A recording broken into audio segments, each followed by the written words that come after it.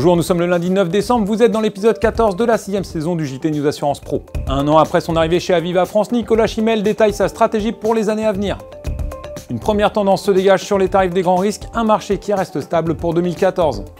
Enfin, nous reviendrons sur un pré-bilan de l'activité d'Allianz Global Assistance avec Rémi Grenier.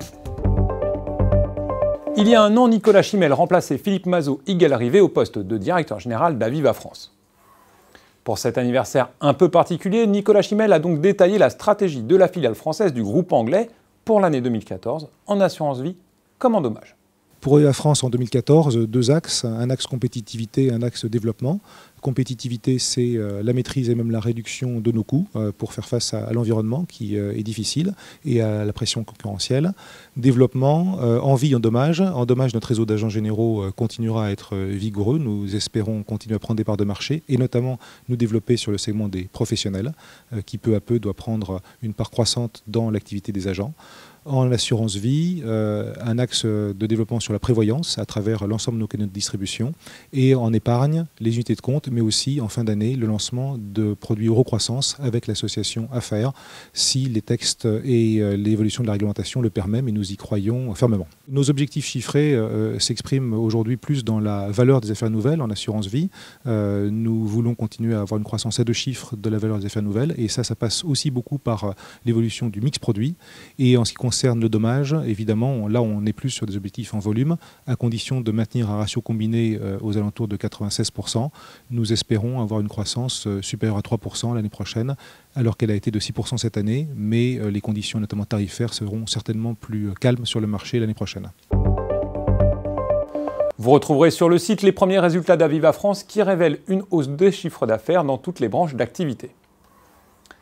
La semaine dernière, l'AMRAE a communiqué son état du marché des grands risques. Les tarifs sont orientés à la stabilité, même si toutes les branches ne sont pas logées à la même enseigne. Reportage de Thierry Goubi. Pour 2014, les entreprises devraient bénéficier de tarifs d'assurance plutôt favorables en ce qui concerne la couverture des grands risques.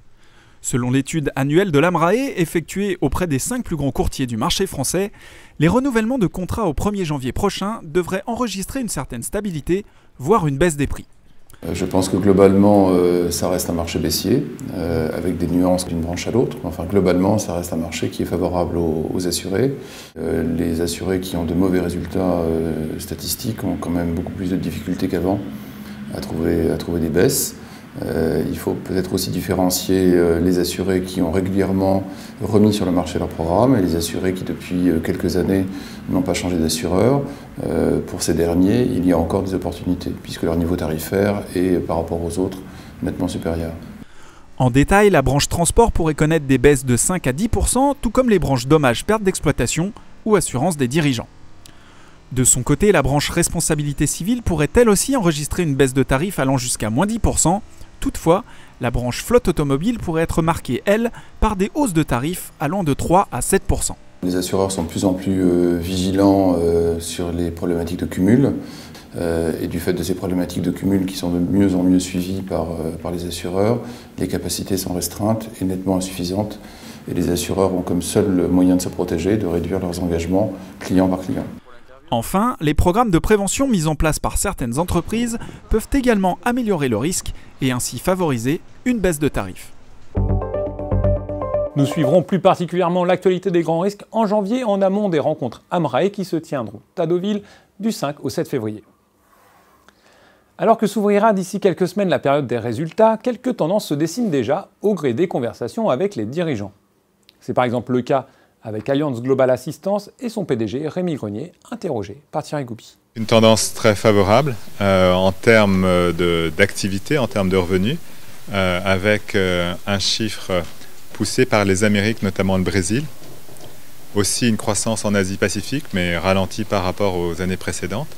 Et la très bonne surprise vient de l'Europe, qui a une croissance significative, de l'ordre de 8%. L'auto progresse. L'auto progresse sous l'effet combiné d'une demande forte de la part de nos partenaires institutions financières, qui représentent 60% du chiffre d'affaires de l'automobile, et puis des constructeurs automobiles dans les pays émergents. Voyage médical, rien à signaler de particulier, une saison normale, avec Un élément quand même à noter, c'est l'augmentation du coût moyen. On est face à des sinistres de pointe qui sont de plus en plus élevés. C'est lié au coût de la médicalisation, notamment dans les pays anglo-saxons et aux États-Unis en particulier. Puisque c'est la saison, un dossier best-of commence cette semaine sur le site. Ce JT est maintenant terminé, je vous donne rendez-vous la semaine prochaine pour une nouvelle édition.